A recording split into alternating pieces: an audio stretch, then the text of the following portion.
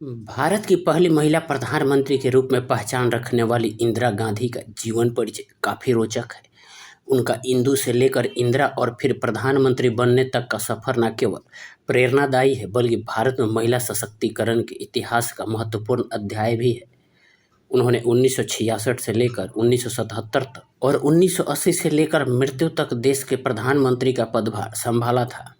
नमस्कार दोस्तों, आप देख रहे हैं यस ज्ञान नॉलेज। अगर आप हमारे चैनल को सब्सक्राइब नहीं किए हैं तो सब्सक्राइब कर लें और बेल आइकन प्रेस कर दें ताकि सब वीडियो की नोटिफिकेशन आपको मिलती रहे। इंदिरा गांधी का जन्म 19 नवंबर 1917 को इलाहाबाद के उत्तर प्रदेश में हुआ था। इंदिरा का जन्म देश की स्वतंत्रता में योगदान देने वाले मोतीलाल नेहरू के परिवार में हुआ था।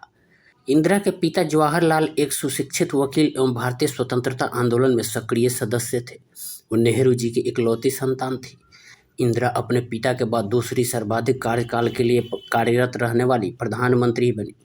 इंदिरा में बचपन से ही देशभक्ति की भावना थी। उस समय भारत के राष्ट्रवादी आंदोलन की एक रणनीति में विदेशी ब्रिटिश उत्पादों का बहिष्कार करना भी शामिल था और उस छोटी सी उम्र में इंदिरा ने विदेशी वस्तुओं की होली जलते देखी थी, जिससे प्रेरित होकर 5 वर्षीय इंदिरा ने भी अपनी प्यारी गुड़िया जलाने का फैसला किया था, क्योंकि उनकी वह गुड़िया भी इंग्लैंड में बनाई गई थी। जब इंदिरा गांधी 12 वर्ष की थी तो उन्होंने कुछ बच्चों के साथ वानर सेना बनाई और उसका नेतृत्व किया। इसका नाम बंदर ब्रिगेड रखा गया था, जो कि बंदर सेना से प्रेरित था, जिसने महाकाव्य रामायण में भगवान राम की सहायता की थी। उन्होंने बच्चों के साथ मिलकर भारत की स्वतंत्रता के संघर्ष में महत्वपूर्ण भूमिका निभाई थी। बाद में इस समूह में 60,000 युवा क्रांतिकारियों को भी शामिल किया गया, जिन्होंने बहुत से आम लोगों को संबोधित किया, झंडे बनाए, संदेश दिए और प्रदर्शनों के बारे में जानकारी आम जनता तक पहुंचाई। ब्रिटिश शासन में होते हुए यह सब करना एक जोखिम भरा उपक्रम था, लेकिन इंदिरा स्वतंत्रता आंदोलन में भाग लेने से खुश थी। इंदिरा गांधी की शिक्षा पुणे विश्वविद्यालय से मैट्रिक पास कर और पश्चिम बंगाल में शांति निकेतन से भी थोड़ी शिक्षा हासिल की। इसके बाद वह स्विट्जरलैंड और लंदन में सुमेरविल्ले कॉलेज, ऑक्सफोर्ड विश्वविद्यालय में अध्ययन करने गई। 1936 में उनकी मां कमला नेहरू तब तक बीमार हो गई थी। पढ़ाई के दिनों में ही इंदिरा ने स्विट्जरलैंड में कुछ महीने अपनी बीमार मां के साथ बिताए थे। इंदिरा जब इंडियन नेशनल कांग्रेस की सदस्य बनी तो उनकी मुलाकात फिरोज गांधी से हुई। फिरोज गांधी तब तक एक पत्रकार और यूथ कांग्रेस के महत्वपूर्ण सदस्य थे। 1941 में अपने पिता की असहमति के बावजूद भी इंदिरा ने फिरोज गांधी से विवाह कर लिया था। इंदिरा ने पहले राजीव और उसके 2 साल बाद संजय गांधी को जन्म दिया। इंदिरा का विवाह फिरोज गांधी से जरूर हुआ था, लेकिन फिरोज और महात्मा गांधी में कोई रिश्ता नहीं था। फिरोज उनके साथ स्वतंत्रता के संघर्ष में साथ थे, लेकिन वो पारसी थे, जबकि इंदिरा हिंदू, और उस समय अंतरजातीय विवाह इतना आम नहीं था। दरअसल इस जोड़ी को सार्वजनिक रूप से पसंद नहीं किया जा रहा था।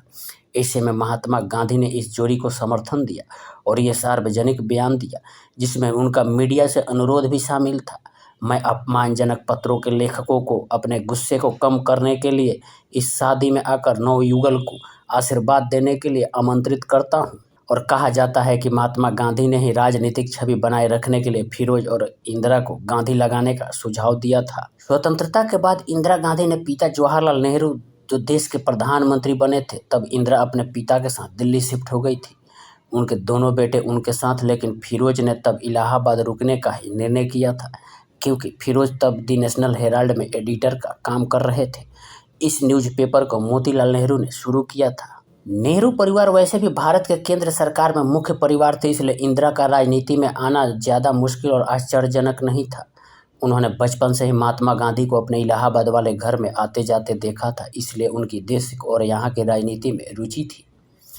1951-52 के लोकसभा चुनाव में इंदिरा गांधी ने अपने पति फिरोज गांधी के लिए बहुत सी चुनावी सभाएं आयोजित की और उनके समर्थन में चलने वाले चुनावी अभियान का नेतृत्व किया। उस समय फिरोज रायबरेली से चुनाव लड़ रहे थे। जल्द ही फिरोज सरकार के भ्रष्टाचार के विरुद्ध बड़ा चेहरा बन गए। उन्होंने बहुत से भ्रष्टाचार और भ्रष्टाचारियों का पर्दाफाश किया, जिसमें बीमा कंपनी और वित्त मंत्री टी कृष्णमाचारी का नाम शामिल था। वित्त मंत्री को तब जवाहरलाल नेहरू का करीबी माना जाता था। इस तरह फिरोज राष्ट्रीय स्तर की राजनीति के मुख्य धारा में सामने आए और अपने थोड़े से समर्थकों के साथ उन्होंने केंद्र सरकार के साथ अपना संघर्ष जारी रखा। लेकिन 8 सितंबर 1960 को फिरोज की हृदयघात से मृत्यु हो गई। 1959 में इंदिरा को इंडियन नेशनल कांग्रेस पार्टी का प्रेसिडेंट चुना गया था, जो जवाहरलाल नेहरू की प्रमुख एडवाइजर टीम में शामिल थी। 27 मई 1964 को जवाहरलाल नेहरू की मृत्यु के बाद इंदिरा ने चुनाव लड़ने का निश्चय किया और वो जीत भी गई। उन्हें लाल बहादुर शास्त्री की सरकार में इंफॉर्मेशन एंड ब्रॉडकास्टिंग मंत्रालय दिया गया। 11 जनवरी 1966 को लाल बहादुर शास्त्री के ताशकंद में देहांत के बाद अंतरिम चुनाव में उन्होंने बहुमत से पार विजय हासिल की और प्रधानमंत्री का कार्यभार संभाला। प्रधानमंत्री के रूप में उनके कार्यकाल की सबसे उल्लेखनीय उपलब्धियां प्रिंसिपर्स के उन्मूलन के लिए प्रिंसिपल राज्यों के पूर्व शासकों और 4 प्रीमियम तेल कंपनियों के साथ भारत के 14 सबसे बड़े बैंकों के 1969 राष्ट्रीयकरण के प्रस्तावों को पास करवाना था। उन्होंने देश में खाद्य सामग्री को दूर करने में रचनात्मक कदम उठाए और देश को परमाणु युग में 1974 में भारत के पहले भूमिगत विस्फोट के साथ नेतृत्व किया। वास्तव में 1971 में इंदिरा को बहुत बड़े संकट का सामना करना पड़ा था। युद्ध की शुरुआत तब हुई थी जब पश्चिमी पाकिस्तान की सेनाएं अपनी स्वतंत्रता आंदोलन को कुचलने के लिए बंगाली पूर्वी पाकिस्तान में गई। उन्होंने 31 मार्च को भयानक हिंसा के खिलाफ बात की, लेकिन प्रतिरोध जारी रहा और लाखों शरणार्थियों ने पड़ोसी देश भारत में प्रवेश करना शुरू कर दिया। इन शरणार्थियों की देखभाल में भारत में संसाधनों का संकट होने लगा। इस कारण देश के भीतर भी तनाव काफ़ी बढ़ गया। हालांकि भारत के ने वहाँ के लिए संघर्षरत स्वतंत्रता सेनानियों का समर्थन किया। स्थिति तब और भी जटिल हो गई जब अमेरिका के राष्ट्रपति रिचर्ड निक्सन ने चाहा कि संयुक्त राज्य अमेरिका पाकिस्तान के पक्ष में खड़ा हो, जबकि इधर चीन पहले से पाकिस्तान को हथियार दे रहा था और भारत ने सोवियत संघ के साथ शांति, दोस्ती और सहयोग की संधि पर हस्ताक्षर किए थे। पश्चिमी पाकिस्तान की सेना ने पूर्वी पाकिस्तान में आम जन पर अत्याचार करने शुरू कर दिए, जिनमें हिंदुओं को मुख्य रूप से लक्षित किया गया। नतीजतन लगभग 10 मिलियन पूर्वी पाकिस्तानी नागरिक देश से भाग गए और भारत में शरण मांगी। भारी संख्या में शरणार्थी होने की स्थिति में इंदिरा गांधी को पश्चिमी पाकिस्तान के खिलाफ अवामी लीग के स्वतंत्रता के संघर्ष को समर्थन देने के लिए प्रेरित किया। भारत ने सैन्य सहायता प्रदान की और पश्चिम पाकिस्तान के खिलाफ लड़ने के लिए सैनिकों को भी भेजा। 3 दिसंबर को पाकिस्तान ने जब भारत के बेस पर बमबारी की तब युद्ध शुरू हुआ। तब इंदिरा ने बांग्लादेश की स्वतंत्रता के महत्व को समझा और वहां के स्वतंत्रता सेनानियों को शरण देने एवं बांग्लादेश के निर्माण को समर्थन देने की घोषणा की। 9 दिसंबर को निक्सन ने यूएस के जलपोतों को भारत की तरफ रवाना करने का आदेश दिया, लेकिन 16 दिसंबर को पाकिस्तान ने आत्मसमर्पण कर दिया।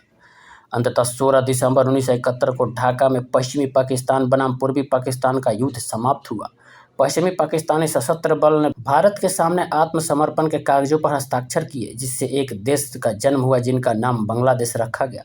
पाकिस्तान के खिलाफ 1971 के युद्ध में भारत की जीत ने इंदिरा गांधी की लोकप्रियता को एक चतुर राजनीतिक नेता के रूप में पहचान दिलाई। इस युद्ध में पाकिस्तान का घुटने टेकना न केवल बांग्लादेश और भारत के लिए बल्कि इंदिरा के लिए भी एक जीत थी। इस कारण ही युद्ध की समाप्ति के बाद इंदिरा ने घोषणा की कि मैं ऐसी इंसान नहीं हूँ जो किसी भी दबाव में काम करे, फिर चाहे कोई व्यक्ति हो या कोई देश।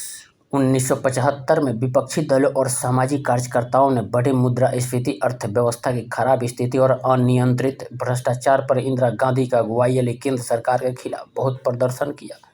उसी वर्ष इलाहाबाद उच्च न्यायालय ने फैसला सुनाया कि इंदिरा गांधी ने पिछले चुनाव के दौरान अवैध तरीके का इस्तेमाल किया था और मौजूदा राजनीतिक परिस्थितियों में इस बात ने आग का काम किया।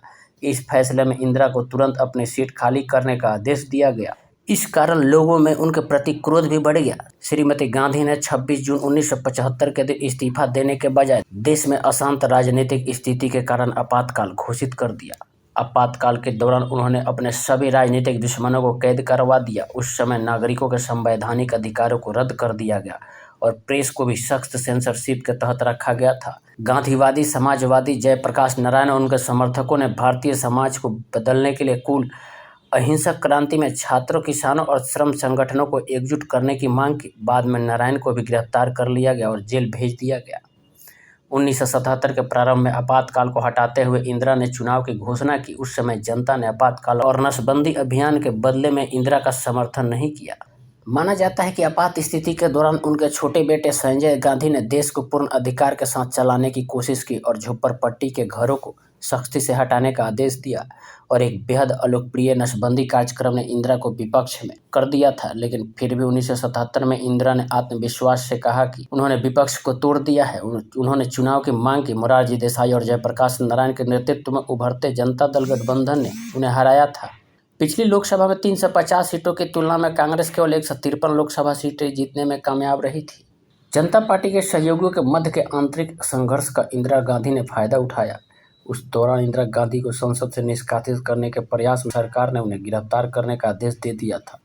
हालांकि उनकी यह रणनीति उन लोगों के लिए विनाशकारी सिद्ध रही और इससे इंदिरा गांधी को सहानुभूति मिली और आखिर में 1980 के चुनाव में कांग्रेस एक विशाल बहुमत के साथ सत्ता में लौट आई और इंदिरा गांधी एक बार फिर भारत के प्रधानमंत्री बन गई। 1981 के सितंबर महीने में एक सिख आतंकवादी समूह खालिस्तान की मांग कर रहा था और इसी आतंकवादी समूह ने अमृतसर के स्वर्ण मंदिर परिसर में प्रवेश किया। मंदिर परिसर में हजारों नागरिकों की उपस्थिति के बावजूद इंदिरा गांधी ने सेना को ऑपरेशन ब्लू स्टार करने के लिए पवित्र मंदिर में जाने का आदेश दिया। सेना ने टैंक और भारी तोपखाने का सहारा लिया। हालांकि सरकार ने इस तरह आतंकवादी खतरे को कम करने की बात की थी, लेकिन इससे कई निर्दोष नागरिकों का जीवन छीन गया। इस ऑपरेशन को भारतीय राजनीति इतिहास में एक अद्वितीय त्रासदी के रूप में देखा गया था। हमले के प्रभाव ने देश में सांप्रदायिक तनाव में वृद्धि हुई। कई सिखों ने विरोध में सशस्त्र और नागरिक प्रशासनिक कार्यालय से इस्तीफा दे दिया और कुछ ने अपने सरकारी पुरस्कार भी वापस लौटा दिए। इस पूरे घटनाक्रम से तत्कालीन परिस्थितियों में इंदिरा गांधी की राजनीतिक छवि भी खराब हो गई थी। 31 अक्टूबर 1984 को गांधी के बॉडीगार्ड सतवंत सिंह और बीत सिंह ने स्वर्ण मंदिर में हुए नरसंहार के बदले में कुल 31 बुलेट मारकर इंदिरा गांधी की हत्या कर दी थी। ये घटना सफदरजंग रोड नई दिल्ली में हुई थी। नई दिल्ली में उनके घर को म्यूजियम बनाया गया, जिसे इंदिरा गांधी मेमोरियल म्यूजियम के नाम से जाना जाता है। इसके अलावा उनके नाम पर मेडिकल कॉलेज और हॉस्पिटल भी है। इंदिरा गांधी को 1971 में भारत रत्न से सम्मानित किया गया था। 1972 में उन्हें बांग्लादेश को आज़ाद करवाने के लिए मैक्सिकन अवार्ड से नवाजा गया। फिर 1973 में सेकेंड एनुअल मेडल FAO और 1976 में नागरिक प्रचारिणी सभा द्वारा हिंदी में साहित्य वाचस्पति का अवार्ड दिया गया।